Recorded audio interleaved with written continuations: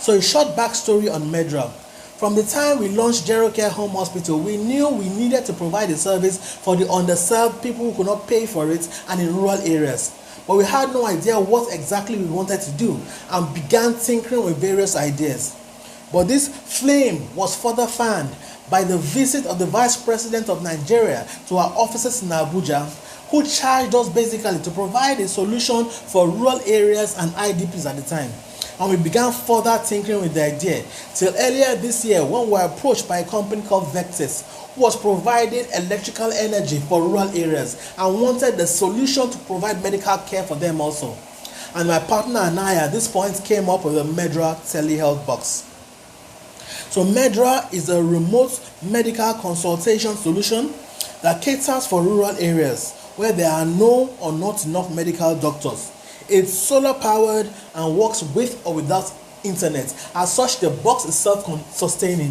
You don't need to connect it to anything. All you do is lay the box down and begin to use.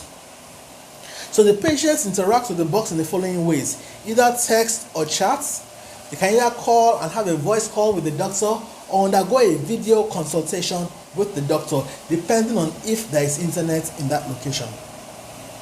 So accessories available are the blood pressure measuring machine, we have the thermometer, we have the headphones in the event the patient needs privacy, we have diagnostic watch, and we have the touch lights for illumination in areas where there is no electricity.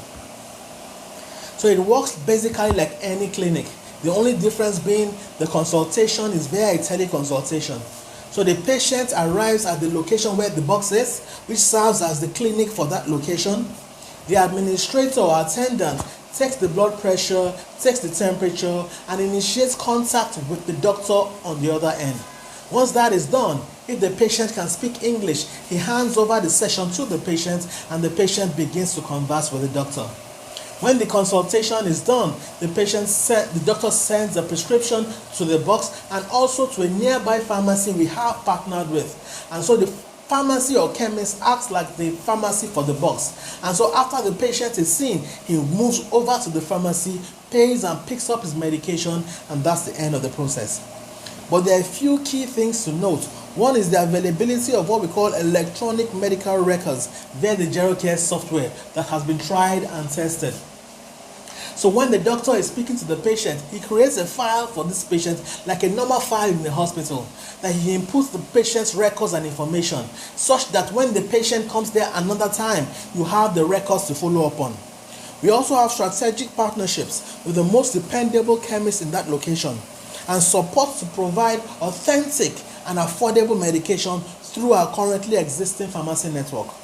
We also have administrators at the location provided by the community who also serves as translators in events the person cannot speak English or broken English.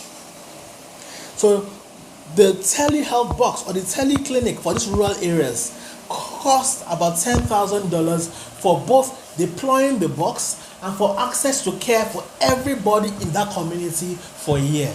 So it means once this box is deployed, every single person in that community that ordinarily had no access to a doctor now have access to a doctor because a certain organization has sponsored the box.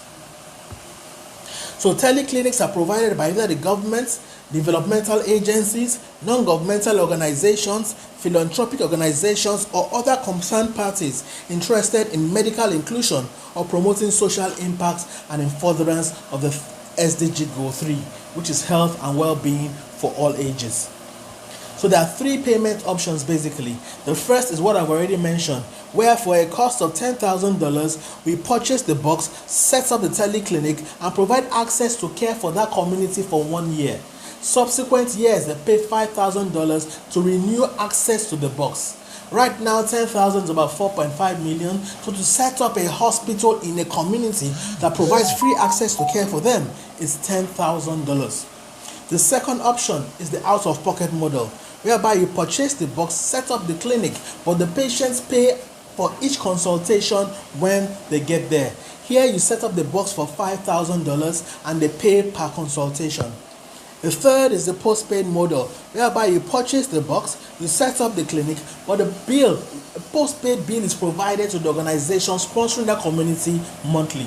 So every month they get a bill for all those that use the service during that month, and they make payments for it.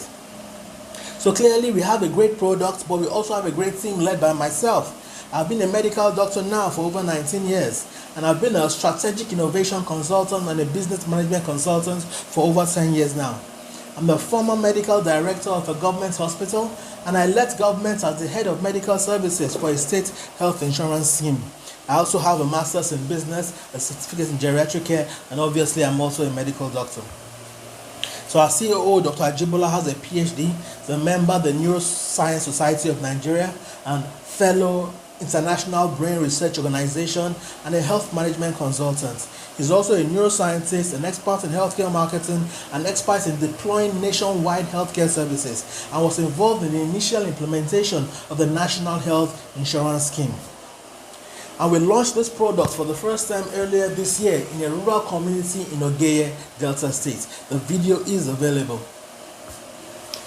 So thank you for taking time to listen to the presentation, and we look forward to answering any questions that you may have. Thank you very much.